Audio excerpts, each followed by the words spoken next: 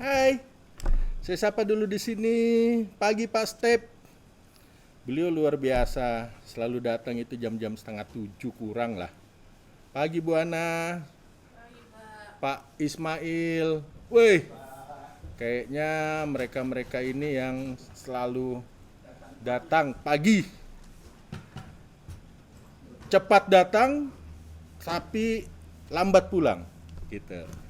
Oke, I like Monday. Saya suka sekali hari Senin ya. Kenapa? Karena hari Senin ini awal dari hari. Jadi kita harus semangat terus ya untuk melewati hari ini. Oke? Semangat pagi. Salam Digi. Assalamualaikum warahmatullahi wabarakatuh. Hari Jumat kemarin kita sudah sharing ya. Kita sudah membahas sosmed, bagaimana strategi pemasaran di media sosial untuk membangun brand bisnis kita, Anda dan mereka.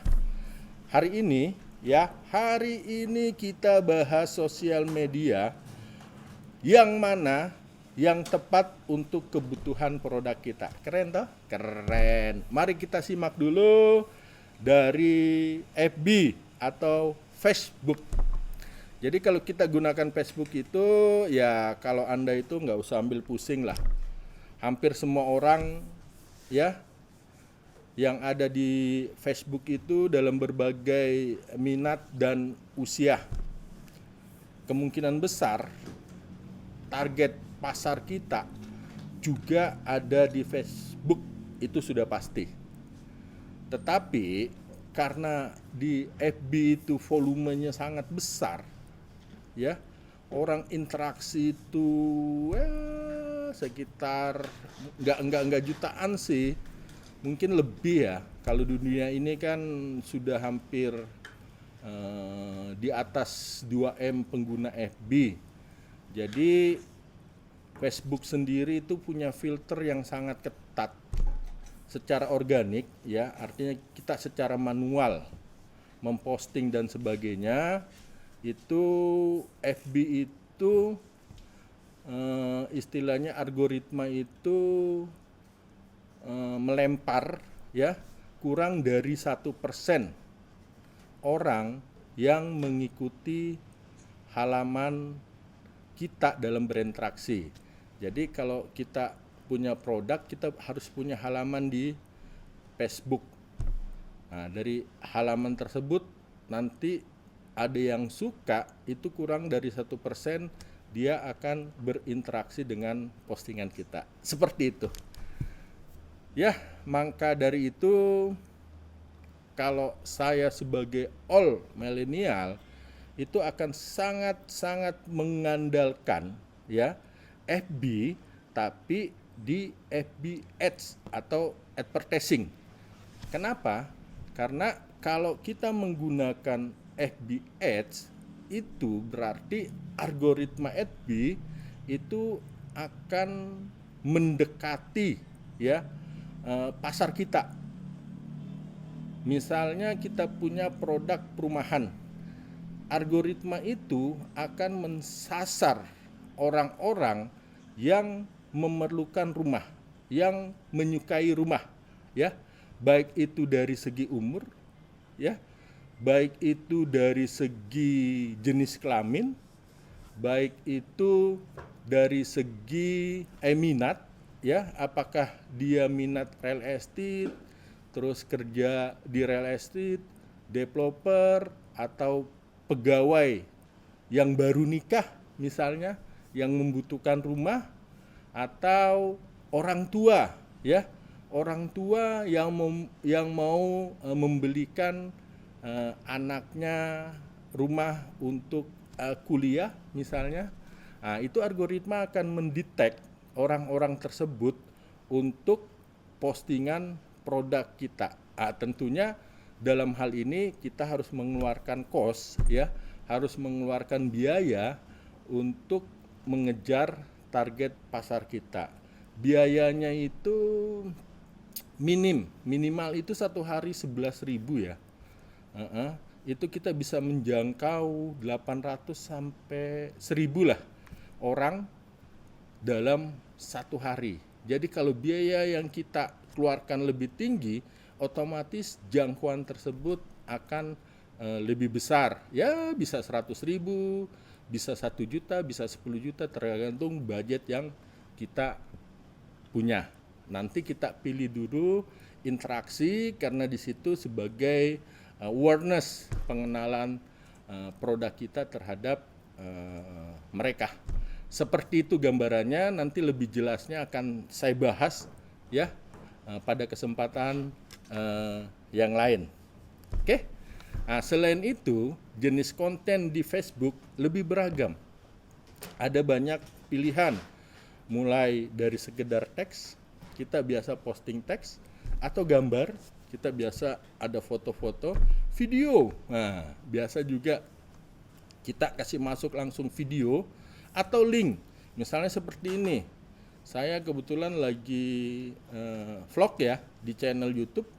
Nanti link daripada channel YouTube saya kasih masuk di video. Itu beragamnya konten-konten yang akan kita sebarkan ya ke target pasar kita. Kalau Anda memanfaatkan Facebook, ada baiknya Anda tidak fokus hanya di salah satu jenis di atas. Jadi ya bisa kombinasi, misalnya teks, foto dan video bisa, atau link aja, tinggal tambah deskripsi di atas bisa dan sebagainya. Nanti kita bahas lebih detailnya. Yang kedua, kita gunakan Instagram kalau apa? Kalau apa yang Anda pasarkan bisa disajikan dalam bentuk foto yang bagus, ya. Foto yang bagus, apalagi saat ini banyak HP di pasaran sana dilengkapi dengan kamera yang beragam, mulai dari 13 pixel sampai dengan 128 pixel untuk kamera utamanya. Mulai dari lensa 1, bisa juga satu HP itu lensanya ada 4 atau 6. Canggih kan? Di belakang biasanya paling tinggi 5 lensa, di depan 1. Teknologi sekarang sudah lebih pesat, itu berarti suatu inovasi. Nah, kalau Anda tidak bisa menyediakan foto yang bagus, ya, atau kalau sesuatu yang Anda pasarkan tidak mampu dijadikan foto, jangan gunakan Instagram. Nah, jadi Instagram itu identik dengan foto yang keren. Golongan usia di Instagram itu juga sangat lebih rendah lah. Berdasarkan grafik di atas, pengguna Instagram di Indonesia yang berusia lebih dari 45 tahun mungkin hampir nggak ada ya. Ya, hampir nggak ada. Instagram itu mudah ya untuk dikolaborasi dengan Facebook atau Twitter, seperti itu.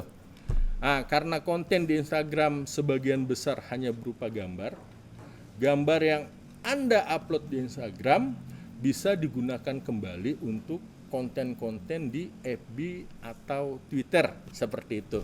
Jadi kalau kita sudah upload di Instagram, kita bawa ke FB, kita bawa di Twitter, oke punya.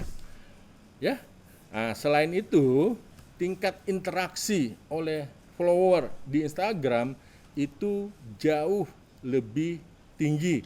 Kenapa? Karena kita punya follower. Jadi semakin banyak follower kita, maka semakin efektif kita punya jualan di Instagram tersebut. Asal follower tersebut ya istilahnya satu domain lah dengan produk kita, enggak campur aduk gitu. Jadi usahakan pada saat kita buat akun di Instagram, ya akun produk kita, jangan akun pribadi. Kenapa? Karena kita akan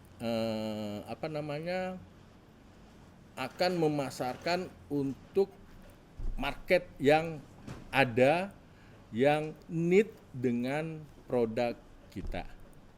Oksmi, itu saja sharing saya pagi ini. Besok kita akan membahas apa? Membahas Google Plus. Google Plus ini juga media sosial loh. Punya Google dan LinkedIn. Sukses untuk semua. Saya Koko Sodik. Salam Digi. Assalamualaikum warahmatullahi wabarakatuh.